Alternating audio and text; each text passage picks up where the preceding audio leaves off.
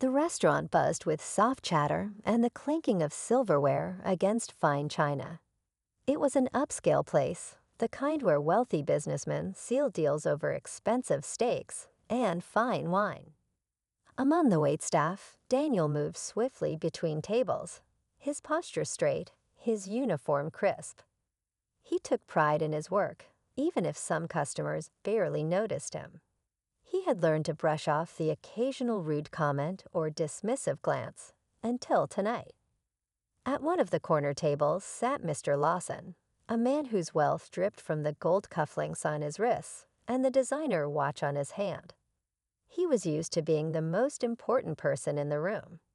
When Daniel approached with a polite smile, ready to take his order, Mr. Lawson barely looked up. His voice was sharp, his words cutting. "Do you even know how to serve properly?" He sneered, eyeing Daniel from head to toe as if he didn't belong. A few nearby diners shifted in their seats, sensing the tension, but no one said a word. Daniel kept his composure. It wasn't the first time he had faced this kind of treatment, and he knew it wouldn't be the last. But what neither he nor Mr. Lawson realized was that someone had been watching the entire exchange from just a few tables away. Someone with power, influence, and a connection that would turn the entire situation on its head. Just as Mr. Lawson laughed, satisfied with his own arrogance, he suddenly froze. His smug expression faded, and his face went pale. His hands, once confidently resting on the table, now gripped the edge with unease. Because the man sitting behind him, the one he hadn't noticed, was someone he never expected to see. Mr. Lawson's fingers twitched as he slowly turned his head, his confidence slipping away with every second. The moment his eyes landed on the man sitting behind him, his breath hitched. His arrogance was gone, replaced by a nervous stiffness that made even the other diners take notice. The man at the table was dressed sharply, but it wasn't his expensive suit that made him stand out. It was his presence. There was a quiet authority about him, the kind that didn't need to boast. His deep, steady gaze was locked onto Mr. Lawson, and though his expression remained calm, there was something unmistakable in his eyes. Recognition, disappointment, a knowing silence that made Mr. Lawson's throat go dry. Daniel, still standing with his notepad in hand, noticed the shift in energy. He had seen plenty of powerful people walk through these doors, but he had never seen a man like Mr. Lawson lose his composure so quickly. He glanced between the two men, confusion flickering in his mind. Who was this stranger, and why did his presence rattle Mr. Lawson so badly? A waiter from another section hurried by, whispering excitedly to a coworker. "That's him," she murmured under her breath, just loud enough for Daniel to hear. "I can't believe he's here." Daniel frowned slightly. He didn't recognize the man, but judging by the growing whispers among the staff and a few customers, he was someone important, someone powerful. But why did it matter? And more importantly, what did it have to do with Mr. Lawson? The room seemed to hold its breath, waiting. Mr. Lawson swallowed hard, his usual smugness nowhere to be found. He opened his mouth as if to speak, but no words came out.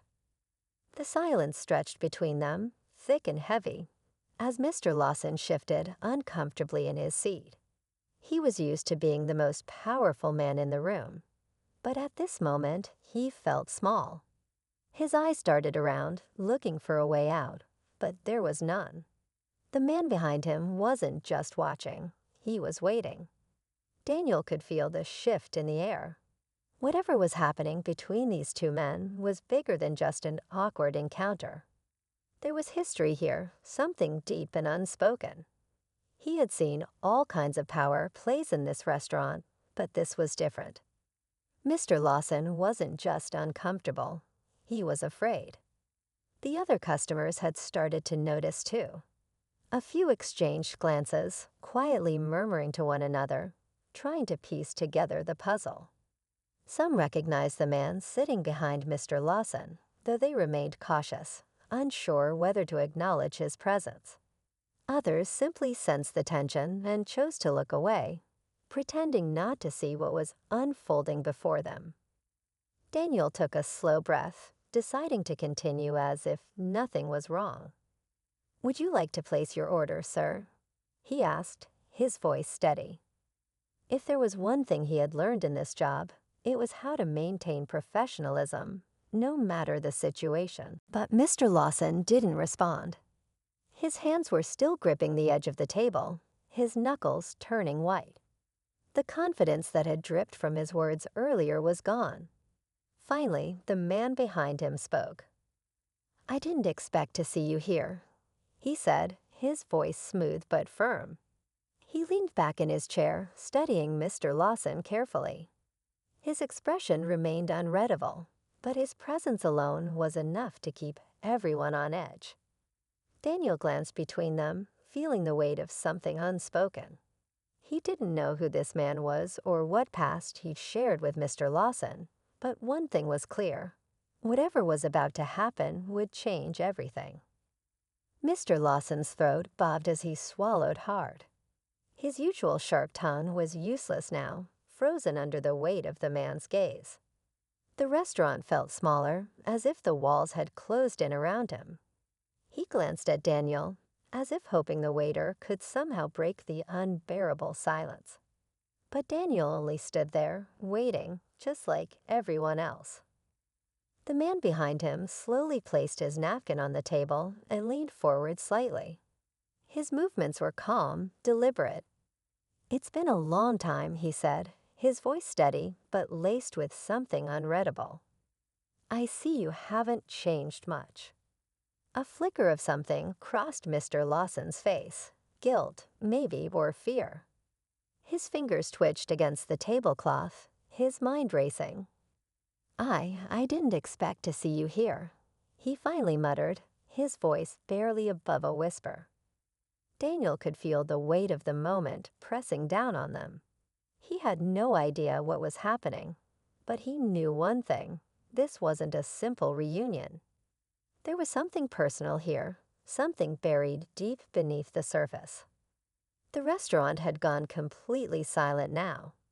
Even the kitchen noise seemed distant. The other diners were no longer pretending not to listen. Some stole cautious glances, while others sat rigid in their seats, sensing the shift in power. The man's expression didn't change. "Life is funny that way," he said, folding his hands together. "You go through the world thinking you can treat people however you want, until one day you realize you were never the most important person in the room." Mr. Lawson's breathing was shallow now. His usual bravado had crumbled, and the carefully built image he had crafted for himself was beginning to crack. Daniel didn't know what this man had over him, but it was enough to bring a man like Mr. Lawson to his knees. And then, just as the tension reached its peak, the man's next words sent a visible shiver down Mr. Lawson's spine. "We need to talk." Mr. Lawson stiffened at those words. His fingers curled into fists on the table as if he were trying to hold on to whatever power he had left. But it was useless. The man across from him wasn't here for small talk. He was here for something more, something Mr. Lawson clearly wanted to avoid. Daniel could see it, the sheer panic creeping into Mr. Lawson's eyes, the way his jaw tightened as if bracing for impact. But before he could respond, the man continued, his voice steady but firm. "It's been years, hasn't it?" He let the question hang in the air, though it wasn't really a question at all. He already knew the answer. "You thought you'd never have to see me again." A bead of sweat formed at Mr. Lawson's temple. "This isn't the time or place," he muttered, glancing around as if searching for a way out. The man tilted his head slightly, studying him. "You always cared about appearances," he said with a faint smirk. "Worried about who's watching, what people might think." He leaned in just enough to lower his voice. "But we both know the truth, don't we?" Daniel felt a chill run down his spine. He had no idea what truth they were talking about, but the weight of it was undeniable. Whatever this was, it wasn't just a casual encounter. This was personal. And then, just as the tension reached its breaking point, something unexpected happened. A woman's voice cut through the silence. "I was hoping I'd run into you." Every head turned as a woman stepped forward from a nearby table, her heels clicking softly against the polished floor. Her presence was striking, her expression unreadable. But the way Mr. Lawson's face drained of color told Daniel everything. This wasn't just another complication. This was something much worse. Mr. Lawson's eyes widened in pure shock. His breath caught in his throat as he stared at the woman standing before him. It was as if he had seen a ghost. His lips parted, but no words came out. The restaurant, already silent, now felt frozen in time. The man behind him leaned back slightly, his expression unreadable. "Well," he said, his voice calm but pointed. "Looks like you have more unfinished business than you thought." The woman took a step closer, her gaze locked on Mr. Lawson. "You never expected to see me again, did you?" she said softly, though there was an edge to her voice. "After everything you did." Daniel felt his pulse quicken. He had no idea who she was, but the way Mr. Lawson looked at her, like a man realizing his carefully constructed world was about to collapse, told him everything. Mr. Lawson finally found his voice, though it was weak, shaky. I thought you left." The woman let out a short, humorless laugh. "Oh, I did," she said. "But people like you never really get away, do they?" Mr. Lawson's breathing grew uneven. He glanced between the woman and the man behind him, as if trying to decide which of them was the bigger threat. But deep down, he already knew. His time was up. The man at the table stood, straightening his jacket. "It's over, Lawson." His voice was steady, final. The woman crossed her arms, her expression unwavering. "You spent years stepping on people, thinking no one would ever hold you accountable," she said. "But the past always catches up." Mr. Lawson slumped back in his chair, the weight of his choices finally crashing down on him. The man and the woman exchanged a glance, a silent understanding passing between them. Daniel, still holding his notepad, felt a strange sense of clarity. He had walked into this moment as just a waiter, but now he had witnessed something much bigger, something that would change everything. As the two figures turned to leave, Mr. Lawson sat frozen, his world unraveling. And just before the man walked away, he looked back one last time. "Enjoy your meal," he said, his voice laced with quiet satisfaction. And with that, they were gone, leaving Mr. Lawson alone in a room full of people, yet more isolated than ever. The restaurant slowly came back to life, but the energy had shifted.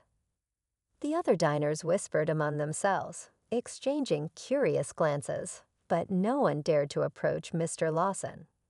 He sat motionless, staring at the table, his face pale, his usual arrogance shattered.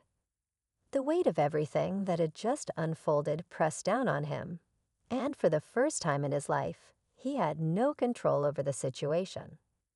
Daniel exhaled quietly, his grip on his notepad loosening.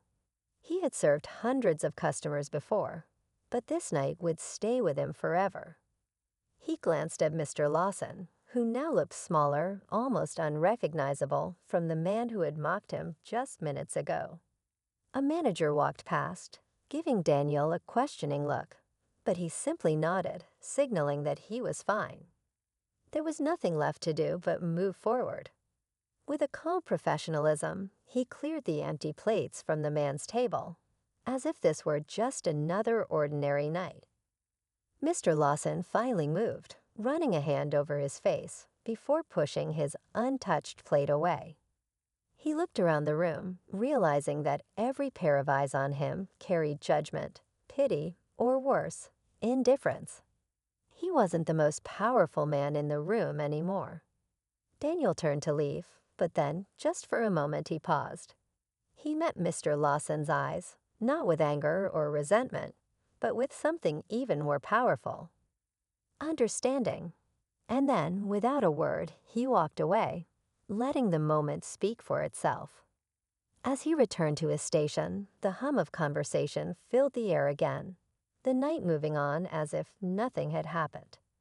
But everyone in that room knew the truth. Something had changed, and Mr. Lawson would never be the same again.